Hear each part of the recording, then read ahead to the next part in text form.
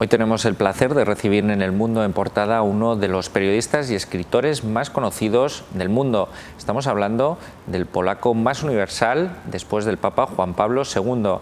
Ryszard Kapuscinski es autor de obras como El Shah, Imperio o Ébano, unas lecturas que se han convertido de cabecera para muchos periodistas. Ha recibido numerosos galardones, entre ellos el Premio Príncipe de Asturias de Comunicación. Su último premio ha sido el Premio Miguel Gil de Periodismo. Buenas tardes, Ryszard Kapuscinski. El premio que va a recibir lleva el nombre de Miguel Gil, un periodista español que fue asesinado en Sierra Leona. ¿El periodismo es un trabajo de riesgo? Bueno, ciertos tipos de periodismo, tipo de periodista de la guerra es peligroso. Es peligroso por varias razones, porque a veces van la gente que no conocen lugares, no conocen culturas locales y que entran dentro de conflicto que es generalmente en esas tierras, en esas culturas, es conflicto muy caótico, que es muy difícil de entender dónde es quién y la gente se viste de la misma manera.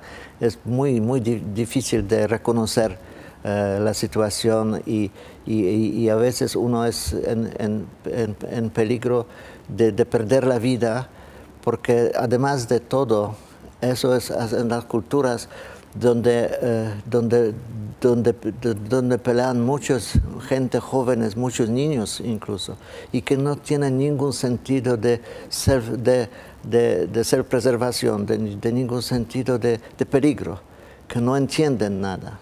A veces hay muchos de esos muchachos, especialmente en la guerra de Sierra Leona y también la guerra en Libia o en Costa Marfil, que son endrogados, especialmente por los líderes que los endrogan, que ellos no conocen, no pueden saber nada y que tiran a cualquier objeto que les parece extraño, les parece como no amigo y todo eso. Entonces es muy fácil correr ese peligro de la muerte, desgraciadamente. Usted ha viajado en numerosas ocasiones. ¿Ha sentido ese peligro de morir, ese peligro de muerte? Muchas veces, porque por una sencilla razón, porque uno es acompañado por la gente local, por los soldados locales que no tienen ninguna preparación militar, que son muy caóticos, muy endrogados, como lo dije, y que uno, porque no se conoce bien el terreno, la geografía del lugar, no se sabe dónde ir, dónde moverse, y ese sentido de pérdida total es muy fuerte en los amigos corresponsales míos y mí también, porque sentido de que uno puede morir sin no poder hacer nada. Es el sentido de sin defensa, de no poder defenderse. Es un sentido de una soledad terrible, muy triste. Porque uno es solo, no solamente como un hombre blanco, pero también como un hombre de otra cultura, de otra civilización, y que no puede comunicarse. Entonces es no solo peligro de perder la vida, pero también un triste sentido de soledad, de perderse, de no saber qué hacer. Eso es muy a menudo. ¿Han cambiado mucho las guerras? Me refiero a estas últimas que hemos visto en Irak y en Afganistán. Eso es otro tipo de guerras, aunque también muchos colegas pierden la vida, muchas corresponsales, muchas mujeres, muchos periodistas, por haber secuestrado. Eso es una manera de peligro, una forma de peligro, pero también por ser matados. Un colega nuestro, un polaco, fue muerto en Irak pero generalmente esas guerras de Irak y Afganistán son diferentes de las guerras africanas. Diferentes en ese sentido de que el Estado Mayor norteamericano trata de tener a los periodistas fuera de los lugares de batalla. Porque es una doctrina norteamericana que dice en esa doctrina que para no perder la vida por soldados norteamericanos, antes de la acción hay que limpiar el terreno. Y limpiar el terreno se lo hace para limpiar desde aviones, por el bombardeo. Por eso no, dicen ellos, no permiten dejar a los periodistas antes de que investigan, antes de que hacen. Son prohibidas. Entonces, esos periodistas los tienen en hoteles y solamente los dan los comunicados del Estado Mayor norteamericano oficial. Y entonces eso no es periodismo. A mí, cuando yo leí esto en la guerra de Irak, que fue la primera vez donde esa doctrina fue aplicada en práctica, me fui, porque yo consideré que eso es el fin del periodismo de la guerra, que no se permite moverse a periodistas libremente y que se lo hace solamente como un correo postal de comunicados de Estado Mayor de Fuerzas Armadas de Estados Unidos. ¿Podríamos decir que el periodismo está fracasando en algunos puntos del planeta, como puede ser en Estados Unidos? En ese sentido, sí. Porque eso es el fin del periodismo, en ese sentido. Todavía hay lugares donde esa doctrina no se aplica, donde esa doctrina no funciona. Y ahí se sigue con el periodismo tradicional, con el periodismo libre, donde es una invención de periodistas, su valor, su capacidad, en su voluntad. Hay que saber una cosa importante, de que a estos lugares los periodistas de guerra van voluntariamente. Nadie les fuerza a ir allá. Cada uno de nosotros se va a su propia cuenta y se lo dice a cada uno de nosotros. Si tú vas a tu propia responsabilidad, porque nadie te puede salvar y nadie te obliga de comer ese tipo de peligro. Pero la pasión de esa gente, como Miguel Gil, la pasión, la dedicación, la voluntad de llegar hasta el punto de batalla para ver la verdad como sigue la cosa. Esa pasión es tan fuerte que uno olvida sobre peligro y nada más que sigue su camino y quiere llegar al fin de su misión. ¿Qué se siente al ser un referente para tantos periodistas y también para muchas personas? ¿Es usted un referente ético? Bueno, yo no pienso sobre eso. Yo trabajo y trato de hacer mis deberes hasta lo que es posible, pero no pienso que cómo se valora esto, eso nunca me... No lo pienso. Hay que trabajar, eso es todo lo que yo pienso y lo que entiendo. Yo entiendo nuestra profesión es una profesión de suma responsabilidad, de sentido de suma responsabilidad. Porque con toda la guerra es siempre vinculada a la mentira. Ambos lados mienten, ambos lados exageran sus propias victorias sobre sus víctimas. Una vez hicieron una estadística sobre la guerra israelí-egipta en 72 y cuando sumaron los comunicados de guerra de Estados Mayor de Fuerza Armada Egipta y Fuerza Armada israelí, llegaron a la conclusión de que cada lado tiraba o destruía 3 veces tanto aviones como tenían ambos lados.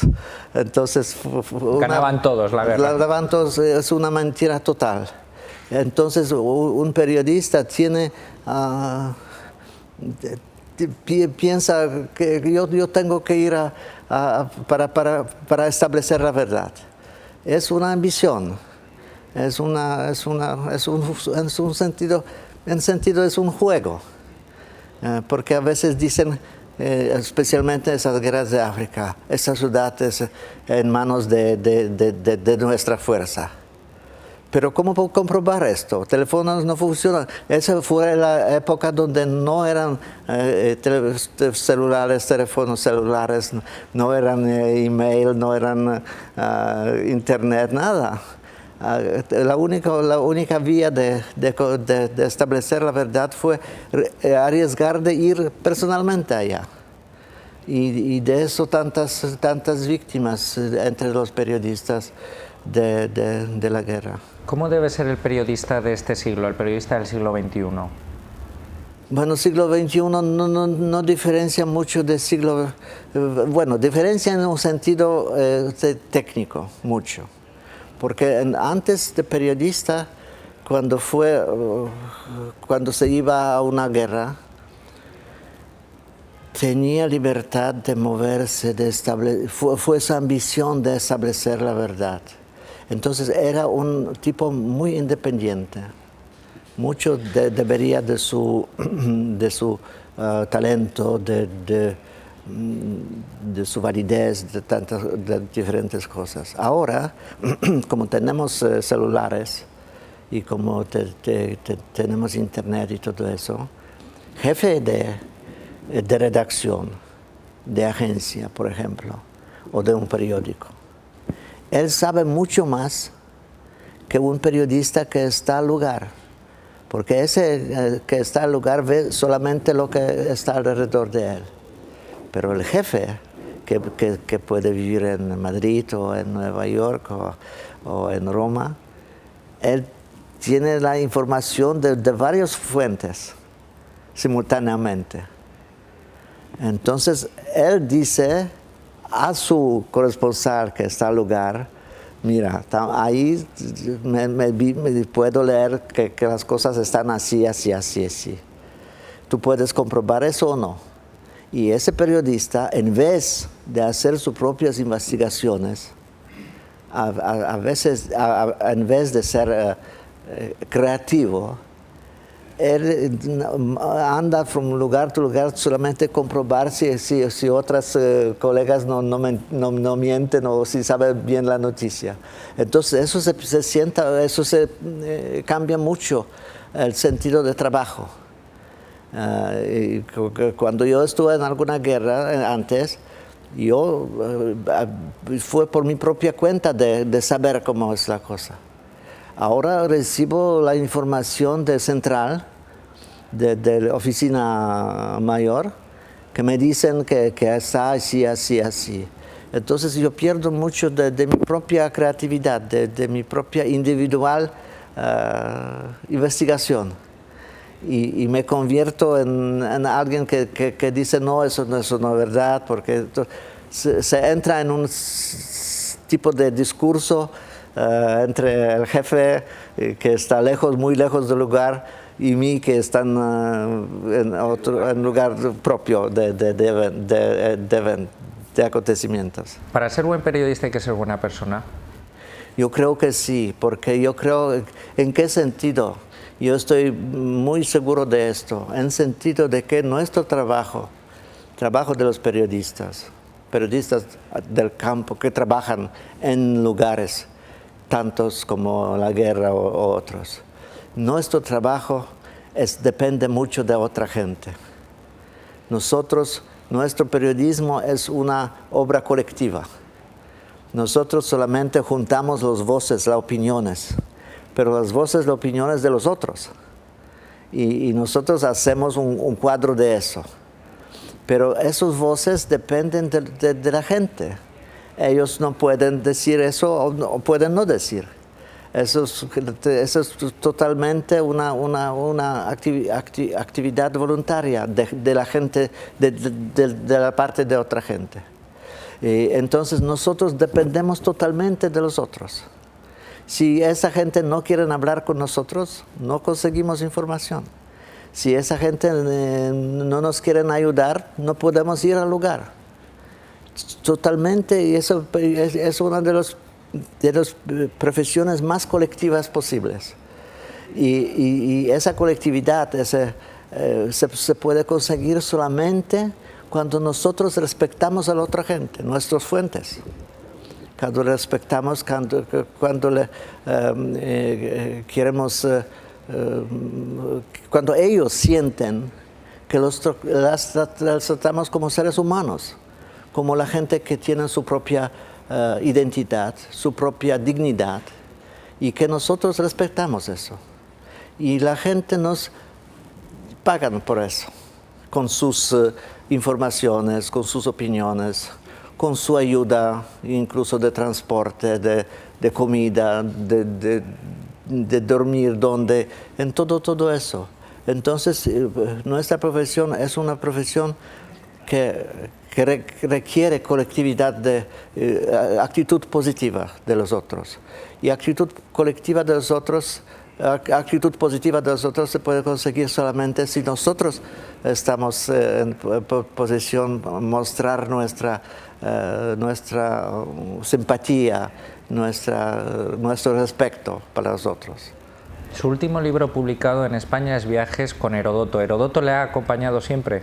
Sí, eso es un muy amigo mío, aunque él vivía 2.500 años antes, porque era un tipo verdaderamente, es muy moderno, por entender de que el otro es importante para conocer a sí mismo. Yo me fui, por ejemplo, yo puedo dar ejemplo cuando yo viviendo en Europa no se daba cuenta de soy hombre de piel blanca. Antes de que me fui por primera vez a África, en África, de repente yo veo que soy otro de los otros. Todos somos de piel negra y yo soy blanco. Entonces, la presencia de los otros me podría darse cuenta de qué raza yo pertenezco. Nunca pensaba sobre eso. Y Heródoto entendía eso muy bien. Heródoto entendía de que conocer a nosotros griegos, antiguos griegos, tenemos que conocer a los otros. No solamente llamarles bárbaros, sino que al revés, respetarles y tratar de entenderlos, tratar de conocerlos y tratar de entender lo primero de que vivimos en una tierra y esa tierra es el mundo y que todos juntos estamos una familia humana, muy diferente, pero al mismo tiempo perteneciendo a una familia. Eso fue su mensaje muy humanista de su libro. Sí, porque hace 2500 años ya había conflicto entre Oriente y Occidente y ahora también continúa ese conflicto. Ese conflicto continúa porque pertenecemos a diferentes culturas y culturas no necesariamente son culturas no son idénticas. Tienen otras escalas de valores, tienen otras historias. Y el problema es que lo que es importante es aceptar la diferencia, pero no hacer de esa diferencia la fuente o el principio de la guerra, sino en vez de esto, diálogo, entendimiento y voluntad de dialogar. Creo que el mundo de hoy, que es mundo multicultural, que es mundo de tantas culturas, especialmente de la segunda mitad del siglo XX, por decolonización, que surgieron tantas diferentes culturas que tienen su propia ambición y en su propia voluntad de participar en asuntos de ese mundo. Y yo creo que ese mensaje de Heródoto, mensaje de que estamos diferentes, pero vamos a dialogar, vamos a poner las cosas en algún orden, vamos a participar todos en mejorar ese mundo, que ese mensaje es muy, muy actual. ¿Y cree que se puede conseguir eso, arreglar esto? Yo creo que es muy importante de que gente, gente, por ejemplo, de los medios, de que tanta influencia tenemos sobre mentalidad, sobre la formación del mundo. Tenemos que tratar de hacer esto. Necesitamos hacer esto. Porque si nosotros utilizamos esos poderosos medios de comunicación, de tecnología, toda electrónica y todo eso, para fomentar las actitudes de odio, de no entendimiento de todo, ese mundo sería muy, muy peligroso. Claro, ese peligrosismo que existe son los atentados que hemos vivido en Madrid, atentados de terrorismo islamista en Londres. Justamente, y por eso necesitamos, sabiendo que no podemos conseguir lo ideal, sabiendo esto, estando consciente de eso, sin embargo, tenemos que tratarlo mejor para hacer llegar a la gente que nos oyen, que nos leen, que nos escuchan, llegar a estas palabras de mutuo entendimiento, de diálogo, recordando de que vivimos en el mundo donde hay tantas armas muy baratas, en un mundo globalizado, no solamente en finanzas, pero también en armas, de que este mundo puede darnos una buena vida, pero también puede ser muy peligroso si no sabemos cómo utilizar, por ejemplo, los medios de comunicación para ese mensaje del paz y de entendimiento. Que no haya fanatismo. Que no haya fanatismo, no haya estupidez de diferentes nacionalismos, de diferentes tipos de odio, de diferentes tipos de segura, de todo eso, de mala voluntad. Creo que mucho depende de nuestra propia actitud y de nuestra propia voluntad. ¿Cómo ven en el siglo XXI los nacionalismos? ¿Son un problema para el planeta, para el mundo en general? Es un problema, es tanto problema de cómo se maneja este sentido. Porque si se maneja bien es un buen sentido, porque eso confirma nuestra identidad en este mundo globalizado, nuestra diferencia, nuestra cultura, nuestra tradición, si lo entendemos bien, si lo manejamos bien. Eso puede ser un sentido, un fenómeno muy positivo. Pero si lo manejamos mal, si lo manejamos con mala voluntad, con el odio, con todo desprestigio, eso puede convertirse en una arma muy, muy peligrosa en este mundo. Depende, porque cada esa ideología es de doble fila. Eso es como cuchillo. Con el cuchillo se puede matar a la gente, pero con el cuchillo también se corta el pan. Depende cómo lo utilizamos. Mucho depende de la gente. Yo personalmente pienso que también mucho depende de gente de los medios, porque medios se hicieron un poderío enorme y no todos los trabajadores de medios, no todos los periodistas estamos conscientes del poder que está en nuestras manos. Ya por último me gustaría preguntarle a usted que ha estado tanto en Latinoamérica, ¿cómo ve los nuevos presidentes que han surgido del populismo en Venezuela, en Bolivia? Oh, bueno, eso es otro tema muy importante. Yo creo que estamos es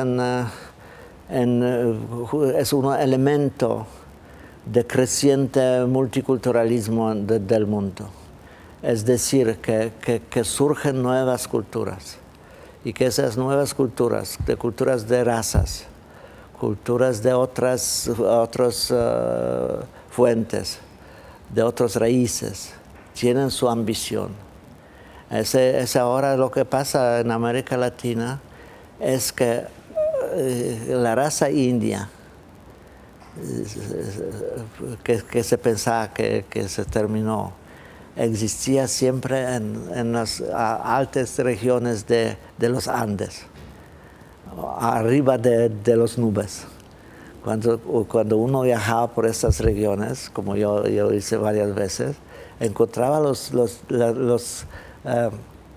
esas aldeas pequeñas de los indios naturales de esas regiones, cuando ya se pasaba a las nubes y se llegaba a las cumbres de montaña. Ahí ellos estaban.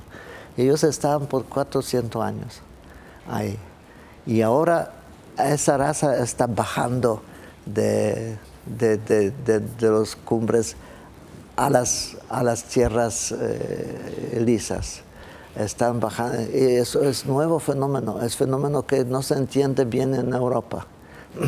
Es uno de los fenómenos, como de otra manera que tenemos este fenómeno de los chinos, por ejemplo, de los indios, que suben como potentes culturas y civilizaciones que se comparan ahora con Europa. Europa es una situación muy difícil ahora. Lo mismo pasa en América Latina. Surgen nuevas civilizaciones que no son civilizaciones europeas, que tienen sus propias ambiciones, sus propias ideologías, en que quieren organizar la civilización en manera como ellos lo entienden. Y lo que en América Latina es muy fuerte, muy importante. Si usted conocía, por ejemplo, yo estuve primera vez en Lima, en capital de Perú. Eso fue en 69. Fue un golpe de estado de Velasco Alvarado y los militares peruanos tomaron el poder. De ese tiempo, ahí tenemos casi 40 años.